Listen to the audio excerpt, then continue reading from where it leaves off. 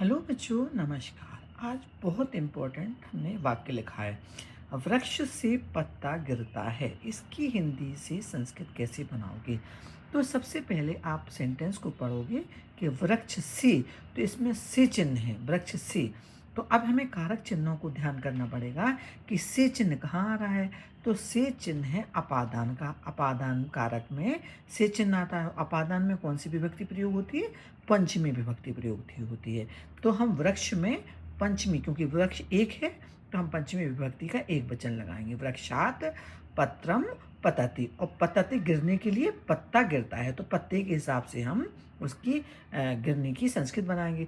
तो पत्ता एक है तो पत धातु के रूप ताहे तिहे तेहे है, तो हम लट लकार वर्तमान काल का रूप प्रयोग करेंगे। तो पतति पतता पतंती, तो पत्रम एक वचन, आपका एक वचन है, यानी प्रथम पुरुष का एक वचन है, तो पत्रम के हिसाब से पतति लगा। मतलब सीधा सीधा वाक्य आपको समझना है कि वृक्ष से में से कारक चिन्ह अपादान कारक है। अपादान में पंचमी विभक्ति लगती है, और तो हम वृक्ष में पंचमी विभक्ति लगाएंगे। और पत्ते में पत्ता गिरता है, ये साधारण आ जाएगी, इसको हम वृक्ष से नहीं जोड़ेंगे। अब पत्ता गिरता है, पत्रम पतते, तो क्या हो जाएगा? वृक्षात में पंचमी विभक्ति का प्रयोग हुआ है, क्योंकि कारक चिन्ह से अलग होने के अर्थ में अपादान कारक पंचमी विभक्ति का प्रयोग किया जाता है।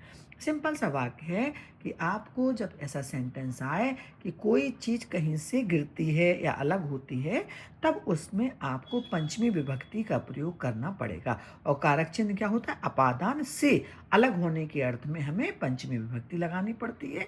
तो सिंपल सा, जब से का चिन्ह है तो आपको पंचमी विभक्ति का प्रयोग करना पड़ेगा। अब ये देखना पड़ेगा कि कर्ता अगर एक है तो आपको एक वचन, अगर कर्ता द्विवचन में है तो पंचमी का द्विवचन, और कर्ता बहुवचन में है तो हमें पंचमी विभक्ति का बहुवचन प्रयोग करना पड़ेगा। तो बहुत इजी सा है कि वृक्ष से पत्ता गिरता है, इसकी आपको हिंदी से संस्कृत कैसे बनानी है देखिए।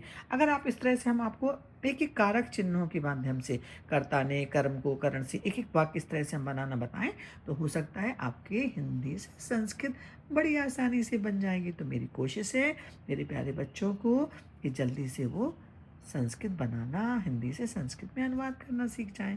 धन्यवाद।